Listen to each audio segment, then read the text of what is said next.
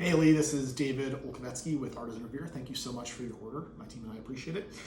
This is your maple petty knife. I just want to walk you through our QC process. So first thing I'm going to do is just run it through this magazine paper and make sure it is wicked sharp. It is. Next thing I'm going to do is check to make sure that these pins are nice and flush with the handle. They are. I'm checking the front of the handle to make sure it's nice and soft, especially in the front because that's where your hand is going to spend most of its time. I'm going to inspect the Maple Rich Light, the green G10 and the tank to make sure there's no gaps. There aren't any. Next I'm going to check this area right here. It's called the choil to make sure it's nice and rounded and soft. It is. Inspecting the spine of the blade for the same thing. We want that nice and soft so that your fingers feel really comfortable. I'm looking at the blade edge to make sure it is evenly ground. It is.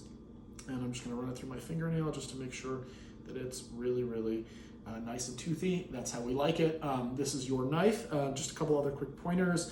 When you store your knife, we recommend one of two ways. One is in your leather sheath. If you store it like this, make sure you match up the AR on the knife and the AR on the sheath. It's going to ensure a couple things. Number one, the knife's not going to fall out.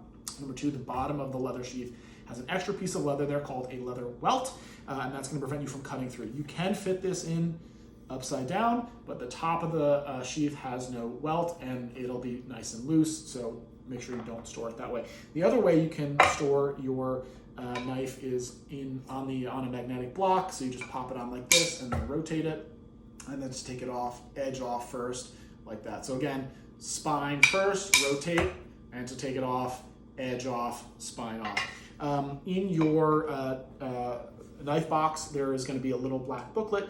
Please make sure you have a look at that. It goes over knife care in a little bit more detail. And if you have any questions, please don't hesitate to reach out. Thank you so much. I appreciate it.